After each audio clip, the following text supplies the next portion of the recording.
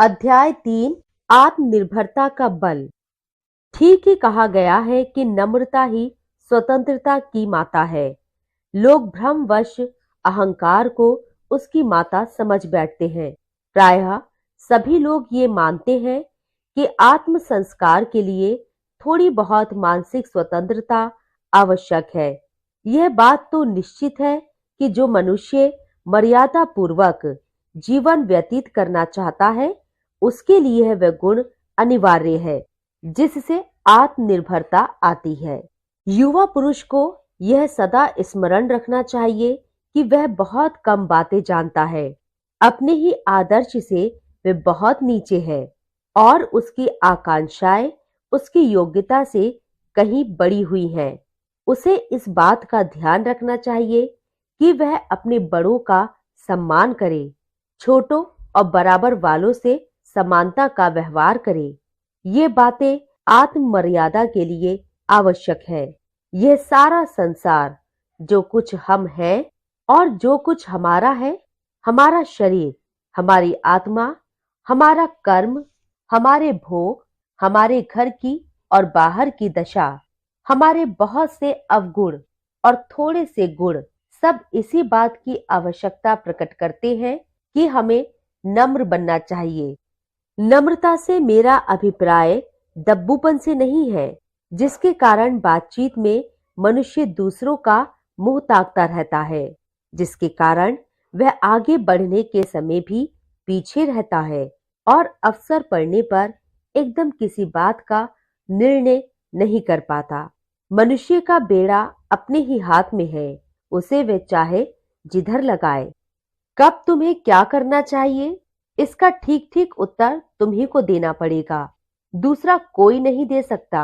हम अनुभवी लोगों की बातों को आदर के साथ सुने, बुद्धिमानों की सलाह को भली प्रकार माने, परंतु इस बात को निश्चित समझकर कि हमारे कामों से ही हमारा भला होगा, हमें अपने विचार और निर्णय की स्वतंत्रता को दृढ़ता पूर्वक बनाए रखना चाहिए।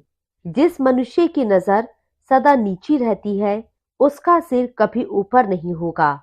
नीची नजर रखने से यद्यपि हम रास्ते पर रहेंगे, पर इस बात को नहीं देख पाएंगे कि रास्ता हमें कहाँ ले जाता है।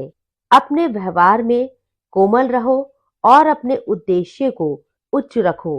इस प्रकार नम्र और उच्च विचार वाले दोनों बनो। अपने मन को कभी मरा हुआ न रखो। जो मनुष्य अपना लक्ष्य जितना ही ऊपर रखता है, उसका तीर उतना ही ऊपर जाता है। संसार में ऐसे ऐसे दृढ़तर मनुष्य हुए हैं जिन्होंने मरते दम तक सत्य का साथ नहीं छोड़ा, अपनी आत्मा के विरुद्ध कोई काम नहीं किया। राजा हरिश्चंद्र के ऊपर बहुत विपत्ति आई, पर उन्होंने अपना सत्य नहीं छोड़ा। महाराणा प्रताप जंगल जंगल मारे मारे फिरते रहे, अपनी स्त्री और बच्चों को भूख से पीड़ित देखते थे, परंतु उन्होंने उन लोगों की शर्तें नहीं मानी जिन्होंने उन्हें अधीनता पूर्वक संधि करने की राय दी, क्योंकि वे जानते थे कि अपनी मर्यादा की चिंता जितनी स्वयं को हो सकती है, उतनी दूसरे को नहीं। हकीकत राय नामक वीर बालक को देखो, जिसने जल्लाद की चमकती हुई तलवार गर्दन पर देखकर भी काजी के सामने धर्म परित्याग करना स्वीकार नहीं किया। गुरु गोविंद सिंह के दोनों पुत्र जीते जी दीवार में चुन दिए गए, पर उन्होंने अपना धर्म नहीं छोड़ा। एक बार एक रोमन राजनीतिक दंगाइयों के हाथ में पड़ गया। दंगाइयों ने उससे व्यंग पूर्वक पूछा, अब तेरा किला कहाँ है? उसने हृदय पर हाथ रखकर उत्तर दिया, यहाँ। मैं निश्चय पूर्वक कहता हूं, जो युवा पुरुष सब बातों में दूसरों का सहारा चाहते हैं, जो सदा एक न एक नया नेतृत्वकर्ता ढूंढा करते हैं और उनके अनुयायी बना करते हैं, वे आत्म संस्कार के कार्य में उन्नति नहीं कर सकते। उन्हें स्वयं विचार करना, अपनी सम्मति आप स्थिर करना, दूसरों की उचित बातों का मूल्य समझते हुए भी उनका अंधभक्त ना होना सीखना चाहिए।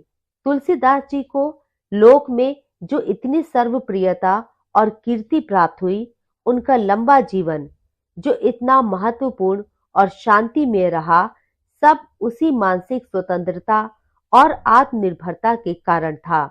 वहीं उनके समकालीन केशव दास को देखिए, जो जीवन भर विलासी राजाओं के हाथ की कठपुतली बने रहे, जिन्होंने आत्मा की स्वतंत्रता की ओर कम ध्यान दिया और अंत में उनकी बुरी दशा हुई। प्रत्येक मनुष्य का भाग्य उसके हाथ में होता है। प्रत्येक मनुष्य अपना जीवन निर्वाह श्रेष्ठ तरीके से कर सकता है। यह मैंने किया है और यदि अवसर मिले तो यही करूं। इसे चाहे स्वतंत्रता कहो, चाहे आत्मनिर्भरता, चाहे स्वावलंबन कहो या और कुछ कहो, यही भाव है जिससे मनुष्य और दास में भेद जान पड़ता है। यह वही भाव है जिसकी प्रेरणा से राम लक्ष्मण ने घर से निकलकर बड़े पराक्रमी वीरों पर विजय प्राप्त की।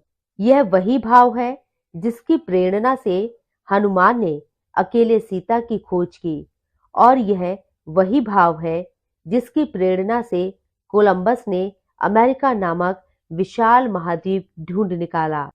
इस चित्त वृत्ति के बल पर मनुष्य इसलिए परिश्रम के साथ दिन काटता है और दरिद्रता के दुख को झेलता है, जिससे उसे ज्ञान के अमित भंडार में से थोड़ा बहुत मिल जाए।